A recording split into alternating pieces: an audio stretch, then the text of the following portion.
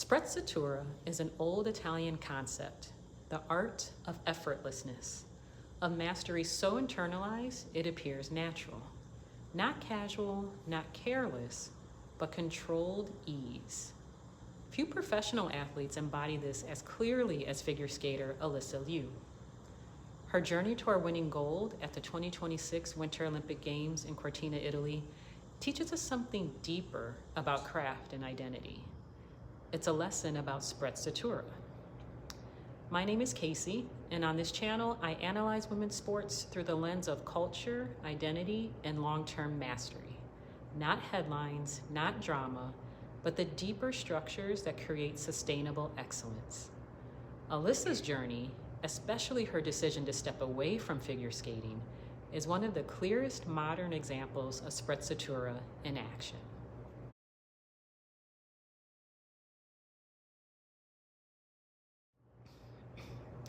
Sprezzatura is not apathy. It's not simply pretending something isn't hard. It's what happens when years of discipline become internal, when pressure doesn't destabilize you, when you're no longer performing to prove, but expressing who you already are. That's the difference between talent and mastery, and you can see that distinction clearly in Alysa's evolution.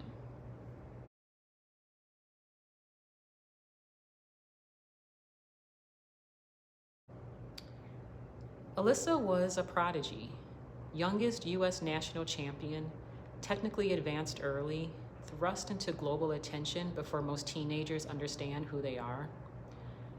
Figure skating is a sport that chases perfection. It rewards precision, clean lines, controlled presentation, but prodigy-level success can compress personal growth, and eventually that tension catches up. Alysa experienced the extreme side of training, the repetition, the pressure, the expectation, the loneliness, to the point where she began to hate it. And that's important because burnout isn't weakness.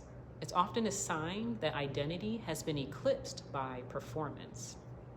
After the 2022 Beijing Olympics, Alysa quit. Not strategically, not as a branding move. She genuinely believed she wouldn't come back to the sport.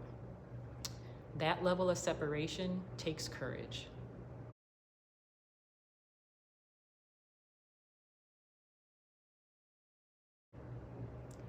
And during that time, something critical happened. She lived. She hung out with friends like a normal teenager, without cameras, without rankings. She fell in love with new hobbies like skiing and snowboarding, rediscovering movement as joy instead of obligation. She enrolled at UCLA and studied psychology. She lived independently, on her own schedule, at her own pace, and that experience steadied her. And studying psychology matters here because understanding how the mind works, how pressure shapes behavior, how identity forms, it gives you tools, it gives you language, it gives you ownership over your internal world. And when she returned to skating, she didn't just have stronger control over her body, she had a stronger center. In interviews, Alysa has spoken about discovering who she was outside of skating, what she liked, how she thought, what mattered to her. That's identity construction. And identity is what makes Sprezzatura possible.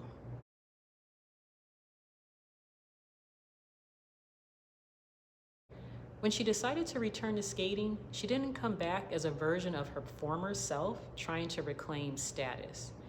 She came back differently, more grounded, more creative. She chose music that reflected her personality.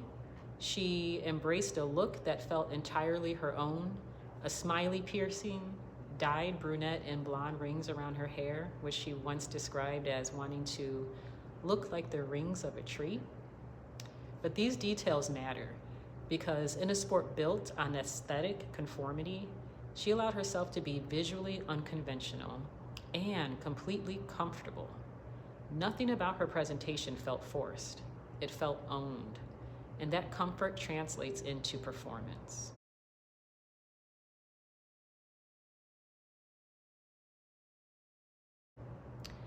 When Alysa won gold in the individual event, she embodied pure joy. But what stood out to me even more was what happened between her and a fellow competitor. After the final scores were announced, Alysa repeatedly embraced Japanese bronze medalist Ami Nakai. Not a quick congratulatory hug, but Alysa hugged her over and over. She held her and spoke warmly to her. She smiled genuinely. Alysa celebrated Ami's achievement as if it were her own. There was no visible calculation, no guarded body language, just real joy. And that's abundance, that's security, and that's Sprezzatura in competition. The ability to honor excellence in others without feeling diminished.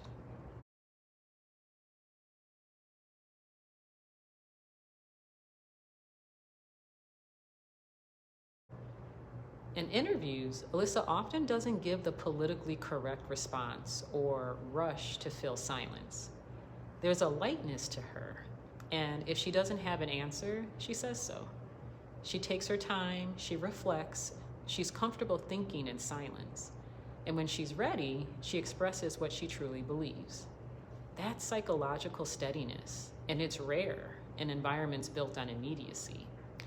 It signals that she values truth over performance. The calm you see publicly is the product of internal work, and that steadiness translates onto the ice.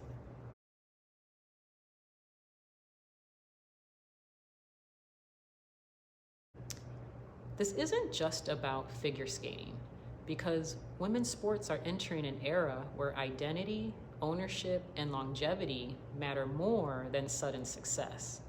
Athletes who build themselves internally endure. They negotiate better, they create more freely, they lead differently. They don't collapse under pressure because they're not performing to maintain a persona. The future of women's sports, especially as we see more athlete ownership, more equity, more creative control, will require this kind of internal stability. Sprezzatura is not simply an aesthetic. It's about having done the work privately so that your public self is stable. So what does this mean for us? It means burnout might be information, time away can be construction, not regression. Studying yourself is as important as training your craft. True confidence is built off camera. Identity before achievement leads to sustainable success. Joy and connection outperform validation. And this applies whether you're an athlete, a founder, an artist, or someone trying to live a life of self-direction. You don't perform simply for the applause of others. You perform for yourself. And that is the real source of calm. Sprezzatura is more than just a style choice. It's a sign of maturity.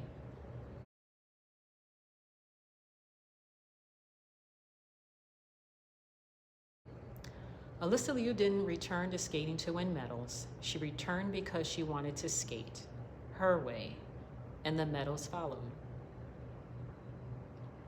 So if ease is earned through self-construction, what part of your own life might need grounding before growth? I'm Casey, and this channel is about studying mastery, culture, and the new era of women's sports. Not for entertainment, but for evolution. I'll see you next Thursday.